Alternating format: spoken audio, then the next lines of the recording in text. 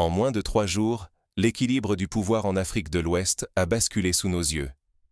L'arrestation spectaculaire de Paul-Henri Damiba, ancien président du Burkina Faso, n'a pas seulement déstabilisé Ouagadougou, elle a déclenché une réaction fulgurante et inédite de la Russie. Pour la première fois, Moscou, puissance nucléaire, menace ouvertement de représailles réelles, bien au-delà de la diplomatie, contre toute intervention étrangère au Burkina Faso. Le message est limpide.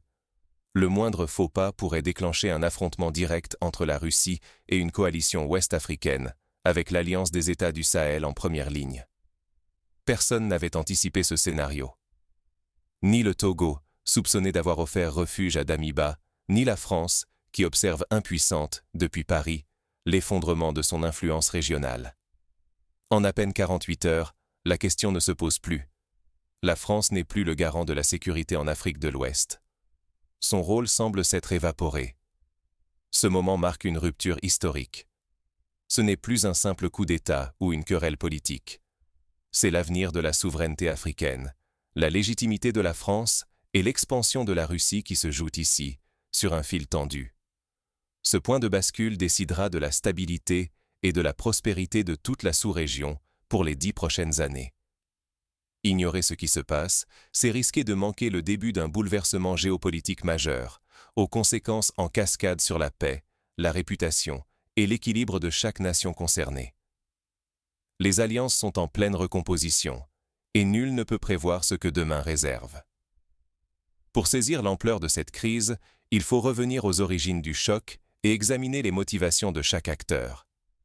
Tout commence bien avant l'arrestation de Damiba. Pour comprendre ce qui s'est joué à Ouagadougou, il faut remonter aux tensions sous-jacentes et aux rivalités de pouvoir. Il y a encore quelques années, Paris régnait sans partage sur le Sahel. La France, héritière d'un système postcolonial bien huilé, imposait sa présence militaire et son influence politique sur l'Afrique de l'Ouest.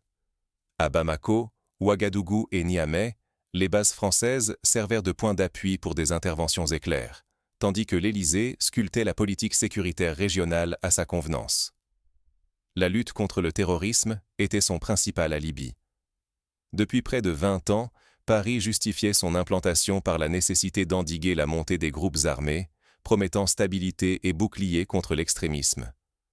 Les opérations Barkhane et Serval étaient présentées comme des remparts incontournables pour le Sahel. Mais derrière cette façade rassurante, l'emprise de la France s'est lentement effritée. Au Mali, 2 coups d'État en moins de 2 ans ont mis à nu la fragilité d'un système bâti sur des élites perçues comme acquises à Paris. Très vite, le Burkina Faso a suivi. Le capitaine Ibrahim Traoré a évincé Paul-Henri Damiba, plongeant le pays dans l'incertitude. Puis le Niger a sombré à son tour, avec la prise de pouvoir des militaires. À chaque crise, le schéma s'est répété. Rejet des injonctions françaises, dénonciation de l'ingérence, expulsion progressive des troupes tricolores. En quelques années, la France a vu son armée pousser vers la sortie, perdant son statut de garant sécuritaire et d'arbitre politique auprès de ses ex-partenaires. Ce vide a tout bouleversé.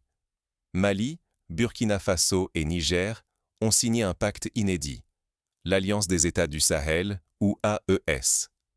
Cette alliance va bien au-delà du simple symbole. Elle implique une défense mutuelle, où toute attaque contre l'un devient une attaque contre tous. L'AES marque une rupture radicale avec la tutelle française et affirme une souveraineté retrouvée. L'AES, ce n'est pas que des mots. C'est un séisme géopolitique. Ces États-Unis cherchent désormais la protection ailleurs, notamment du côté de la Russie. Ce réalignement bouscule tous les équilibres, laissant Paris impuissant et isolé face à une alliance résolue à écrire ses propres règles. Pour bien comprendre ce basculement, il est utile de se rappeler des précédents historiques. En 1960, lorsque de nombreux pays africains ont obtenu leur indépendance, la France a instauré la France-Afrique, un système de réseau d'influence et d'intervention militaire. Cette mainmise s'est manifestée lors de crises comme au Tchad ou en Côte d'Ivoire. Mais aujourd'hui, c'est un autre acteur, la Russie, qui occupe ce terrain, avec une méthode plus discrète mais tout aussi déterminée. Ignorer les causes profondes de ce bouleversement, c'est risquer de ne rien saisir à la crise actuelle. Ce qui se joue ici dépasse de loin un simple changement de drapeau sur quelques casernes. C'est l'architecture même de la sécurité, de l'économie et de la souveraineté régionale qui est en train d'être redessinée, avec des conséquences majeures pour des dizaines de millions de personnes et la réputation de la France sur la scène mondiale. Mais comment en est-on arrivé à ce point de rupture? Pour comprendre, il faut revenir sur l'arrestation de Paul-Henri Damiba et sur la réaction éclair de Moscou. Paul-Henri Damiba n'est pas un inconnu. Ancien officier supérieur, il a pris le pouvoir au Burkina Faso en 2022 lors d'un coup d'État, promettant de restaurer la sécurité et de combattre le terrorisme.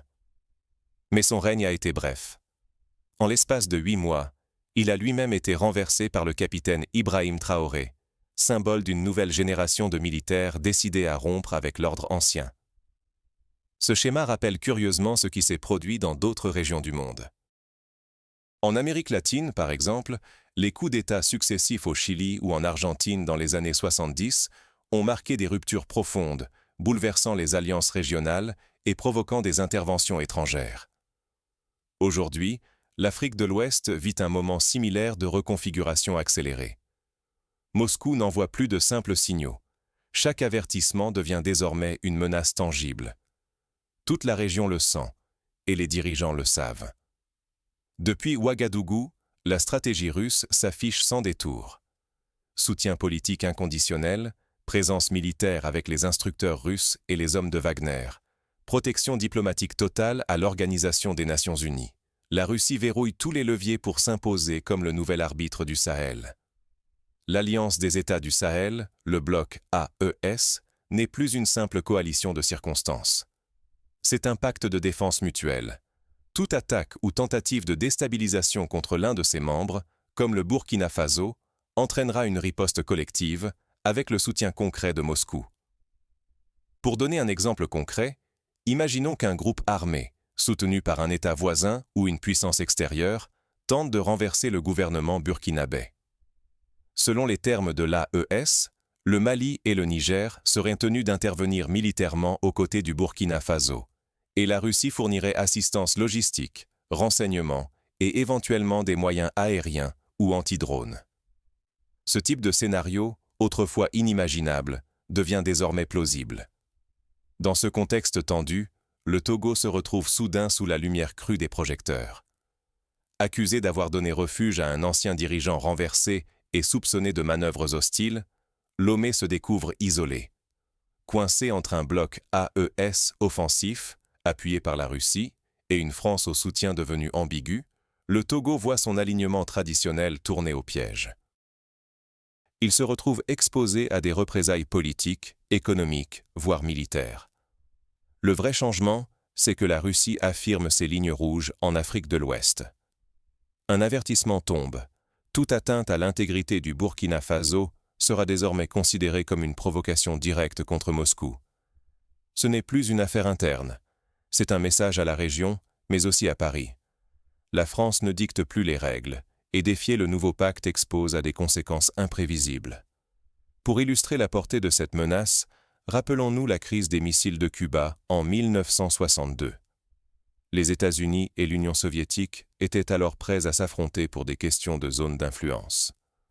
Aujourd'hui, la Russie utilise une rhétorique similaire pour protéger son nouveau partenaire, le Burkina Faso, et marque son territoire face à toute tentative d'intrusion étrangère. Ne pas comprendre cette dynamique, c'est risquer d'être surpris par la forme et l'intensité du prochain affrontement.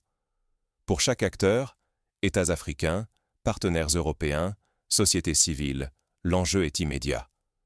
Une mauvaise décision pourrait déclencher crise politique, choc économique ou escalade militaire aux effets durables. Une question brûle alors, qui sortira vainqueur de cette nouvelle configuration et à quel prix pour la stabilité régionale? Damiba, figure centrale de ce bouleversement, devient le symbole d'une Afrique en quête de souveraineté. Son arrestation au Burkina Faso cristallise toutes les tensions et révèle le vrai visage du jeu d'influence. Si le Togo cède aujourd'hui, un effet domino pourrait embraser toute l'Afrique de l'Ouest. Chaque recul à Lomé accélère la pression sur ses voisins, menaçant l'équilibre déjà fragile de la région. Dans l'histoire contemporaine, les effets dominos ont souvent eu des conséquences inattendues. L'effondrement du bloc de l'Est après la chute du mur de Berlin en 1989 a entraîné une vague de révolutions dans toute l'Europe centrale. En Afrique de l'Ouest, un basculement du Togo pourrait ouvrir la voie à d'autres crises, fragiliser la communauté économique des États de l'Afrique de l'Ouest et relancer les velléités séparatistes ou les interventions étrangères. Face aux injonctions de l'AES et aux signaux menaçants venus de Moscou, le gouvernement togolais est au pied du mur. 3 choix s'offrent à lui. S'engager dans une confrontation ouverte qui risquerait de déstabiliser le pays, s'isoler diplomatiquement avec la perte de partenaires majeurs, ou accepter un compromis précaire qui l'obligerait à trahir certains alliés ou à s'exposer à la colère de ses voisins. Pour mieux cerner ces options, prenons l'exemple de la Côte d'Ivoire au début des années 2000. Lorsqu'elle s'est retrouvée isolée après la rébellion de 2002, elle a tenté l'option militaire, puis la négociation, avant de solliciter des médiations internationales. À chaque étape, le coût économique, humain et politique a été considérable. Le Togo, aujourd'hui, doit apprendre de ses expériences pour éviter les mêmes pièges. Mais le sort de Lomé déborde largement ses frontières. Si le Togo plie, le Mali et le Niger, déjà solidaires du Burkina Faso au sein de l'AES, pourraient suivre ce chemin et précipiter un basculement irréversible. La contagion deviendrait alors impossible à contenir, sapant l'autorité d'organisations comme la CEDEAO, déjà contestée et incapable d'imposer sa légitimité. La France, naguère pilier sécuritaire du Sahel, regarde impuissante la recomposition du paysage régional.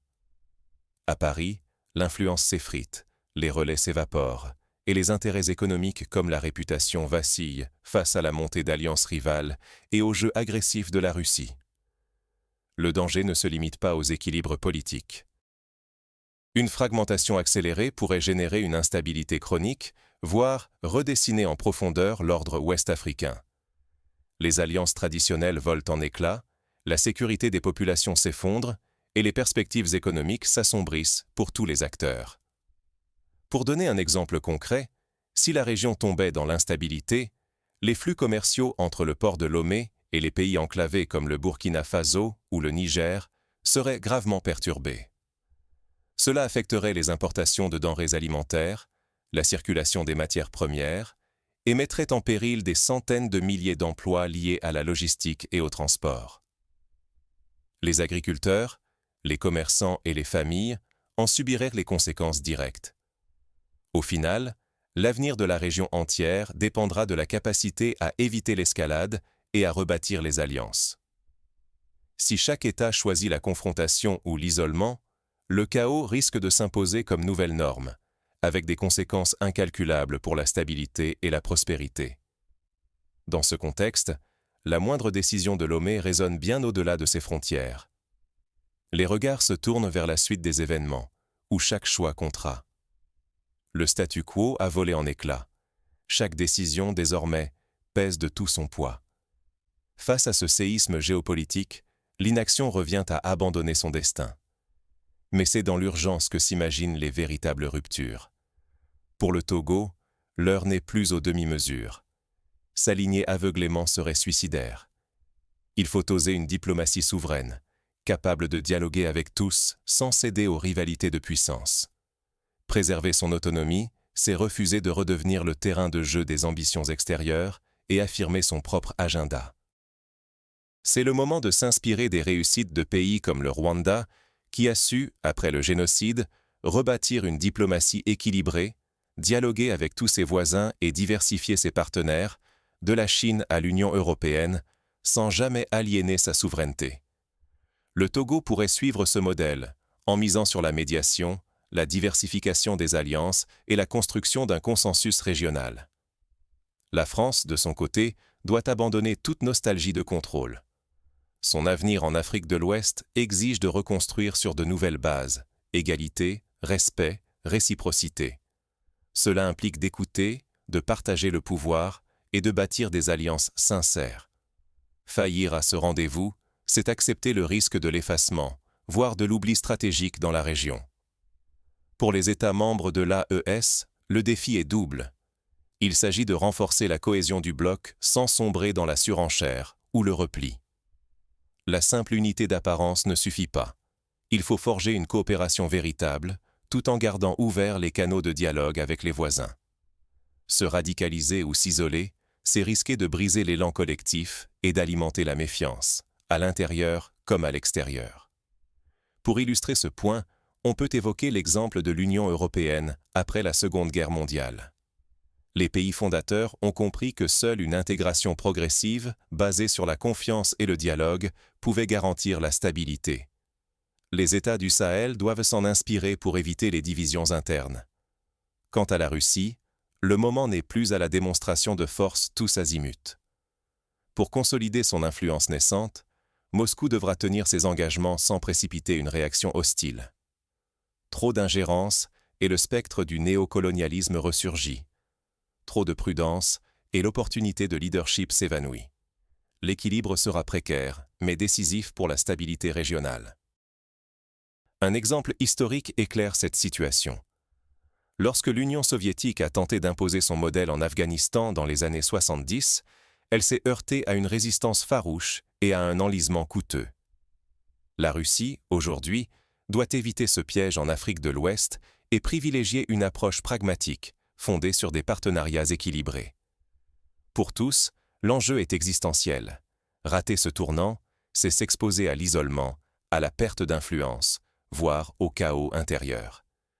Ce moment de bascule réclame lucidité, audace et imagination, car chaque choix, désormais, entraîne des conséquences immédiates et profondes.